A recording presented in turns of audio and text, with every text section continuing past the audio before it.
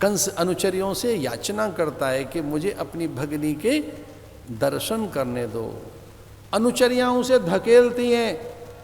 अरे साहस तो देखो उन दासियों का कि उन्होंने हाथ पकड़कर एक और कर दिया कंस को, ना ना ना ना, इस समय श्रृंगार चल रहा है देवकी का। वो याचना करता है।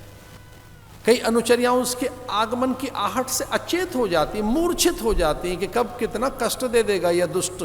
लेकिन आज वही दासियां उस पर शासन करते हुए कहती हैं कि देवकी के इस एकांत निभ्रांत एकांत में जहां उनका श्रृंगार हो रहा है, हम तो नहीं जाने देंगे, वधू का श्रृंगार चल रहा है। अब ये वधू किसी की भार्या बन जाएगी। अभी तो ये वधू है, वाग्दान होगा, हस्तबंध होगा, पाणी ग्रहण होगा। ये जब अग्नि साक्षी होगी, विवाह हो गया, रथ में बैठा दिया गया देवकी को, और कहता है बलगाम मैं अपने हाथ में लूंगा। अश्व बलगाएं, रथ की बलगाएं अपने हाथ में ले लिए, सारथी को उतार दिया कि मैं अपनी भगिनी के आदर के लिए इसकी ससुराल तक, अरे वसुदेव आपके यहां तक मैं जाऊंगा दास बनकर, कोई सारथी मेरी बहन को छोड़ने नहीं जाएगा, मैं सीमाओं तक जाऊंगा। इतना स्नेह देखकर देवसत्ता मौन भंग कर बैठे।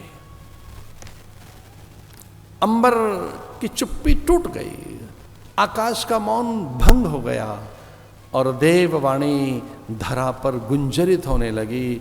अरे मूढ़ जड़ शठ, जिसे तू भगिनी कहता है, अपनी बहन कहता है, वो तेरे काल की जननी है।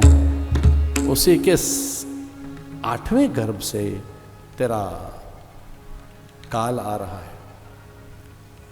वो मृत्युदाता है, प्राणहंता है। तेरे अभिमान से भरे हुए मस्तक पर मुष्टिक प्रहार कर, तेरे वक्षस्थल पर पाद प्रहार कर, तेरे केश पकड़कर, तेरे सिंहासन से खींचते हुए, धरती पर पटकते हुए, मुष्टिकों के प्रहार से तेरे प्राण लेने वाला देवकी का 8वां पुत्र होगा, जिससे तू स्नेह से भगिनी कहता है, वही तेरे काल की जननी है। बस इतना सुनना था कि वो कहां गई प्रीति, कहां चली गई वो अनुरक्ति, स्नेह, वो कहां गया अपनापन, वो भगिनी के लिए दुलार। कुछ एक पल में ही सब खो गया, एक पल में ही।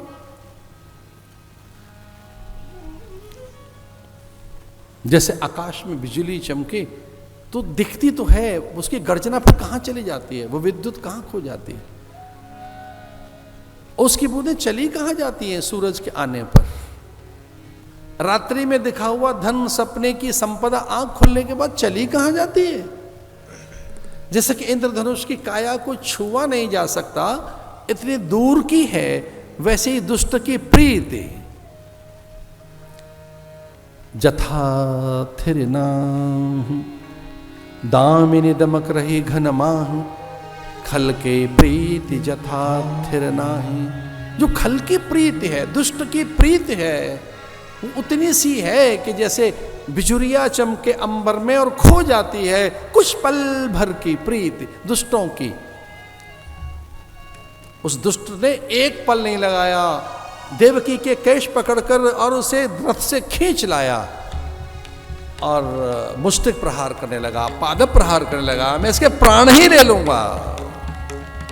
अगर ये मुझे मृत्यु देने वाला पुत्र पैदा करेगी, इससे पहले तो मैं इसके प्राण ही ले लूंगा। ये जीवित रहेगी तब बेटा पैदा करेगी ना, जब ये जिंदा ही नहीं रहेगी तो पुत्र कहां से होगा। मेरे अस्त्र शस्त्र अभी भौथरे कहां हुए हैं, मेरे तो भुजाओं में बल इतना है कि मैं इसके एक एक अंग को पीसकर चूर्ण बना सकता हूं।